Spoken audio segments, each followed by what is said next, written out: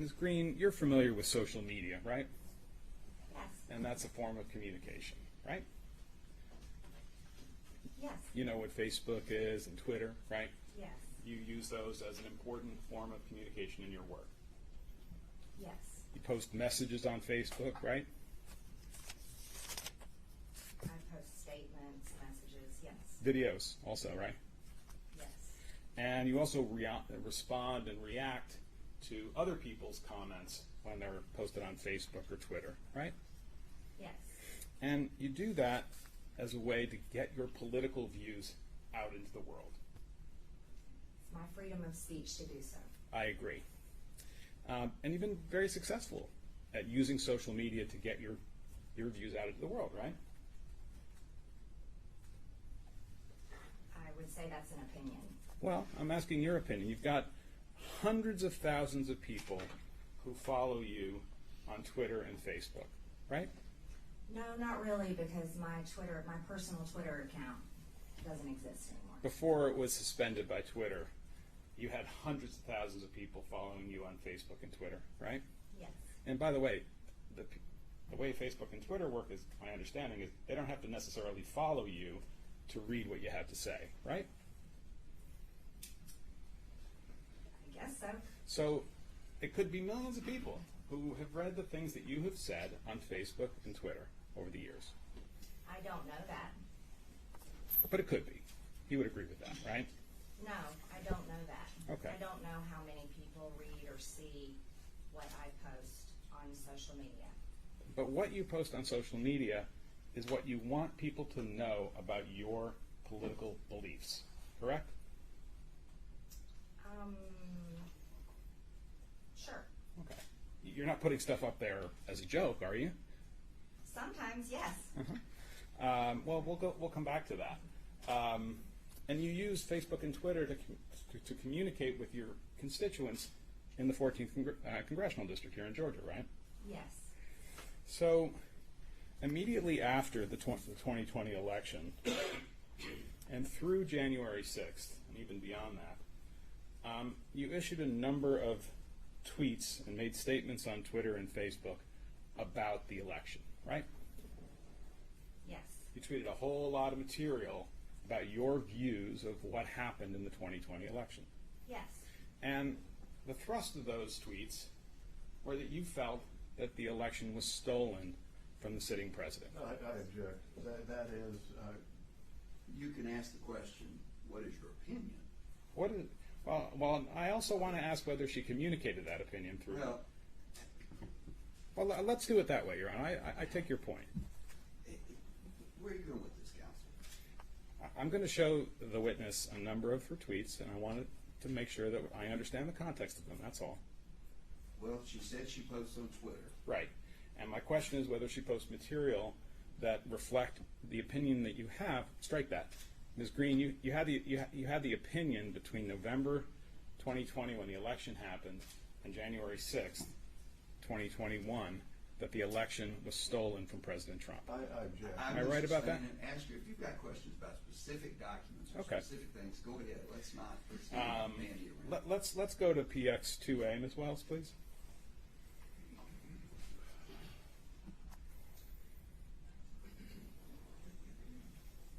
I'm sorry, which one is this? 2A, Your Honor.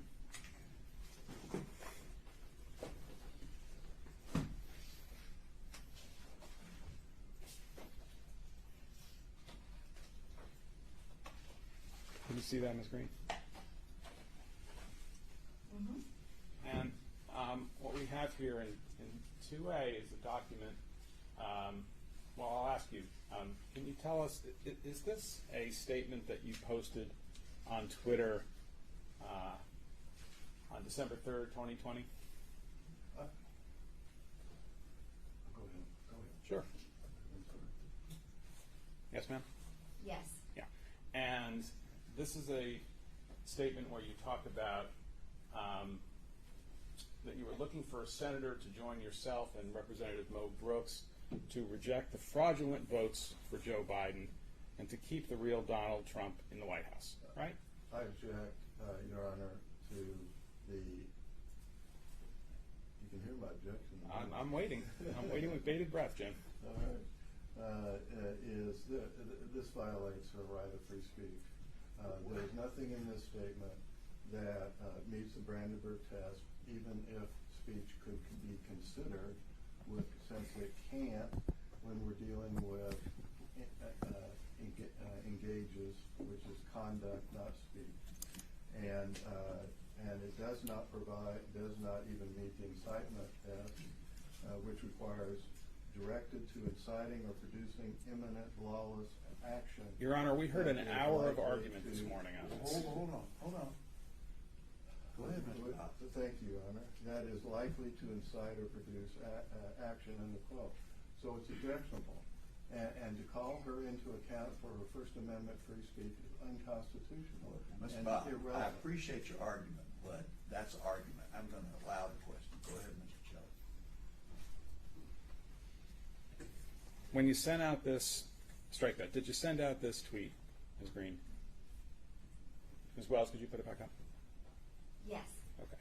And when you sent out this tweet, you wanted the people who read the tweet to know that it was your view that the votes for Mr. Biden for president were fraudulent, or some of them were, right? That really wasn't the purpose of that tweet. I'm just asking whether when you sent this, you were communicating to the people who read your Twitter account that you believed that there were fraudulent votes for Mr. Biden and that your goal was to keep President Trump in the White House. I was communicating that we were looking for a senator to join our objection, which is very much part of the responsibilities and duties that I can do as a member of Congress. I agree with that, but the purpose of that was because you believed that the votes for Mr. Biden were fraudulent, right? Or at least some of them. We had been spending a vast amount of time reading and researching and talking to people, and had seen tremendous evidence of voter fraud. I don't know if you're aware, because I know you're not from Georgia. We currently have our Secretary of State has an Your Honor, I would move to strike this. investigation I'm going on entitled to into get election answers to fraud my right questions, Your Honor. Thank you. Thank you, Representative Greene. All right, let's back up. By the way, Your Honor, I'm sorry to interrupt, but we missed something very important. Can the representative be sworn? Oh, thank you. No, I swore in. Oh, you did? Oh, okay, I didn't see that. I'm sorry. I thought I forgot. Sorry, thank you. All right. Yeah, no, she's Um, thank you. And can I ask the court to acknowledge that this is an adverse Yes. witness, a Yeah, hostile I acknowledge witness?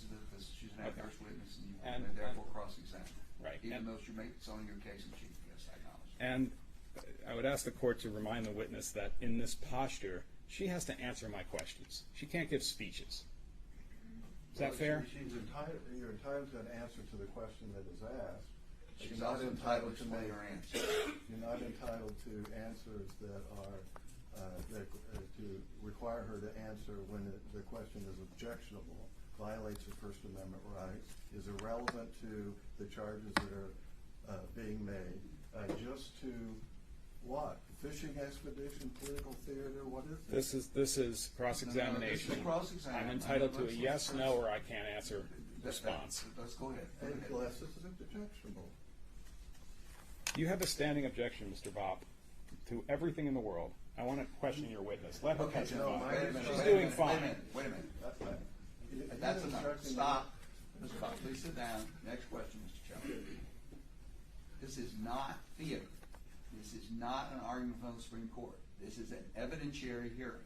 So let's get going. Go ahead, Mr. Chairman.